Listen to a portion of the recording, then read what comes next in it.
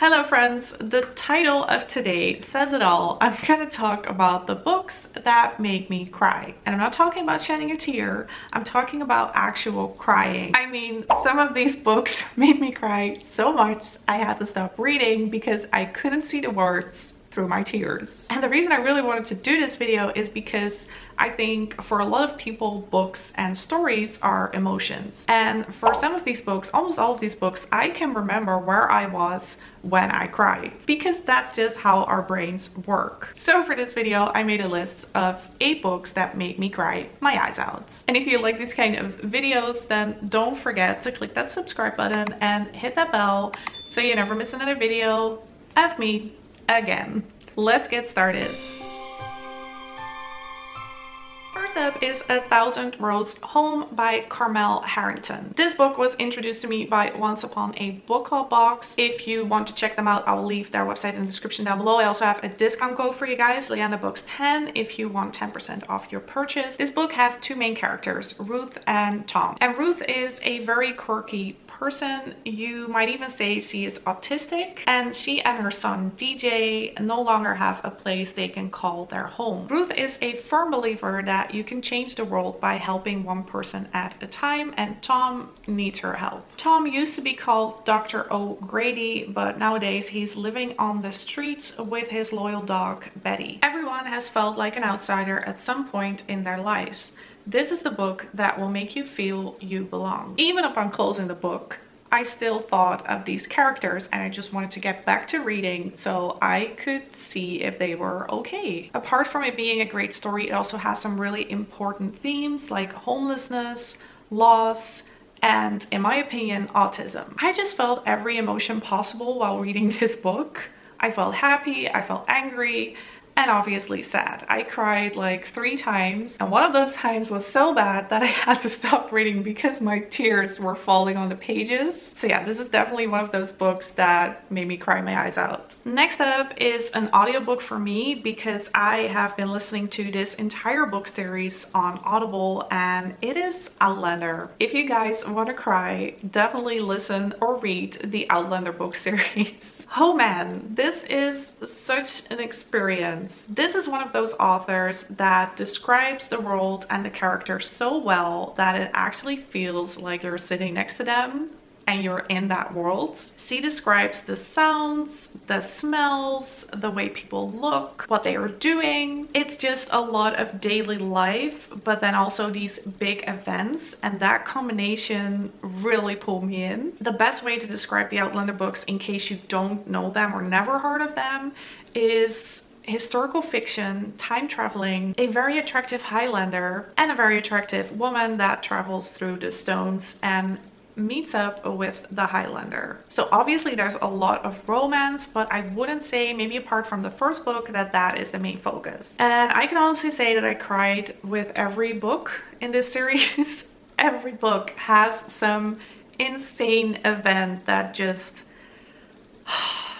makes you feel so depressed. I mean, Jamie and Claire had a rough time. And Roger, if you read the book, you know which scene I mean with Roger. Oh my gosh. And then I can even remember that it was around New Year's Eve. I was walking outside, I was listening to the 7th book, I think. So An Echo in the Bone. And there's this thing that happens with Jamie, and I had to stop walking because I was crying so much and people were looking at me like, are you okay? I'm like, yeah, I'm just listening to a book. Oh, it was so awkward. Definitely a book series that you should pick up if you want to feel immersed in a world, feel connected with characters, and cry with every book. Next up is Today We Go Home by Kelli.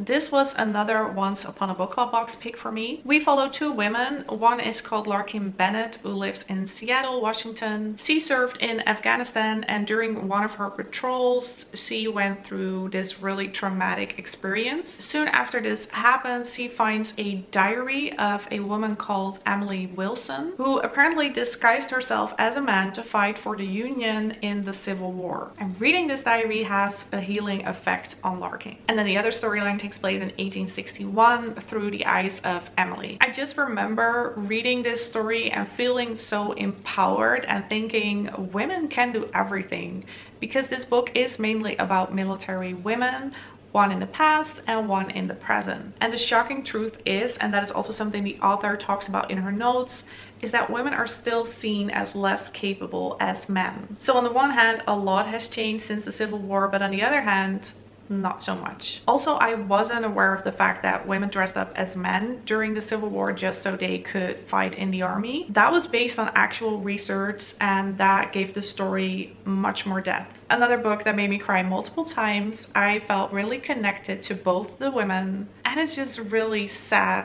to think about how they must have felt and how hard they had to work to prove themselves. I remember that I was reading this book during a time when my brother had to visit the hospital a lot, and it was quite a distance, so I decided that I wanted to stay near him. And there was this, it's not a hotel, it's like a building where people, loved ones, can stay. And this was the book that I brought with me. So you can safely say that I shed a lot of tears in that room. The next book that made me cry, and this was another audiobook for me, The Beekeeper of Aleppo by Christy Lefteri. Our main character is Nuri, who is a middle-aged man and a beekeeper. He lives in the beautiful city of Aleppo in Afghanistan, and he lives there with his wife, Afra. They live a very happy life together, but then the unthinkable happens and their city is destroyed by war. They go through an unspeakable loss and they have to flee the country. They seek asylum in England, but in order for them to get there, they have to go through Turkey and Greece as refugees. What really hit home for me with this story, and the reason it made me cry, is that it is based on a true event. Because the city of Aleppo was destroyed and a lot of innocent people did die. So the author actually build her story around the many stories she heard from refugees from Aleppo while working as a volunteer. And you can feel that. You can feel the raw emotion and the sadness that these people went through. This is also how I ended my review on Goodreads. In this book, the words are like Nuri's beloved bees. Some create honey and others leave a sting. Next is Romanov by Nadine Brands. And I actually talked about this book in a recent video,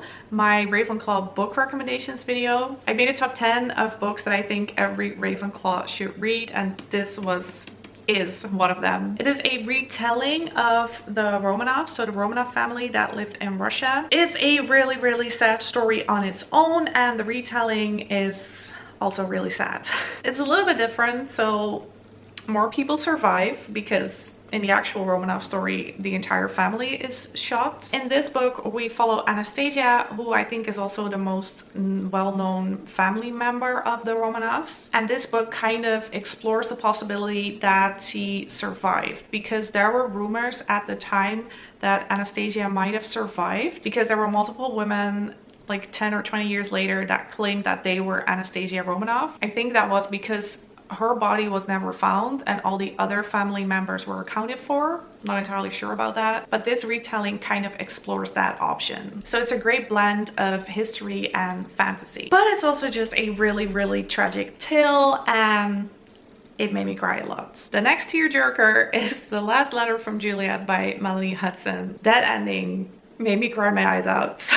That was such a sad ending. Well, it was beautiful, but it was also really sad. The theme of this book is women in the Second World War, be it as a participant or a bystander or just moral support, but the focus is on them. And the main character in this story is called Juliet, who is a pilot in the Air Transport Auxiliary, and they are known as the Ada Girls. We discover Juliet's storyline through her letters. There's another main character called Catherine who stays in this cute little cottage, and there she finds these letters and reads them. So besides these historical elements, there's also a big focus on romance, because Juliet meets someone, but because of the war, it turns into this unobtainable, passionate romance. And I was so invested in their relationship, their romance, that I commented out loud multiple times, "Go to him, just go." I was so emotionally invested in the story, especially when I found out that the author based this story on a real-life Juliet, Mary Ellis, who was a female pilot during the Second World War. Next is Monday's Not Coming by Tiffany D. Jackson, and you can probably already tell from the cover that this is a really sad story. And the only thing you know before reading this book is this is the story of how my best friend disappeared, how nobody noticed he was gone except me, and how nobody cared until they found her 1 year later. This is definitely a thought-provoking book. So it addresses some really important themes like gentrification and the marginalization of people of color. Another important theme is abuse. And we experience all this through the eyes of Claudia, who is our main character, and Monday is her best friend. And while going through this, Claudia is still in her teens, so we can say she's still a child. And it's just so fascinating to read about how a child or a teenager perceives these kind of situations. They miss certain signs, although their gut is telling them that something is off. And Claudia is having such a hard time explaining this to her parents, partly because she is just not good with words, but also because she is just a teenager and the grown-ups are responsible and have to take action. So towards the end, this book gets pretty graphic and really horrific in my opinion, and that's just part of the story, but that part made me cry a lot. I really can't imagine how somebody would do that to someone and that it would go on for so long without being noticed. That is just really sad. So definitely a book that will make you more aware of certain things and themes, and also a book that will really make you cry. The final book that made me cry is The Untold Lives of the Women That Were Killed by Jack the Ripper. This was another audiobook for me, and it was also a Goodreads choice winner of 2019. So this book doesn't focus on the perpetrator of the crimes, the killer, but the women that were killed. You learn about the stories behind these women and how the living circumstances were, how they had to survive, because these 5 women were portrayed in a certain way. They were low class, they sold their body for money, but there's just so much more to that story. And surprisingly enough, not every one of them were low class citizens. Some started off really well and really trying to make a name for themselves, had a family with children, but then something happened and they had to live on the streets and lost everything. So it's just a really sad story.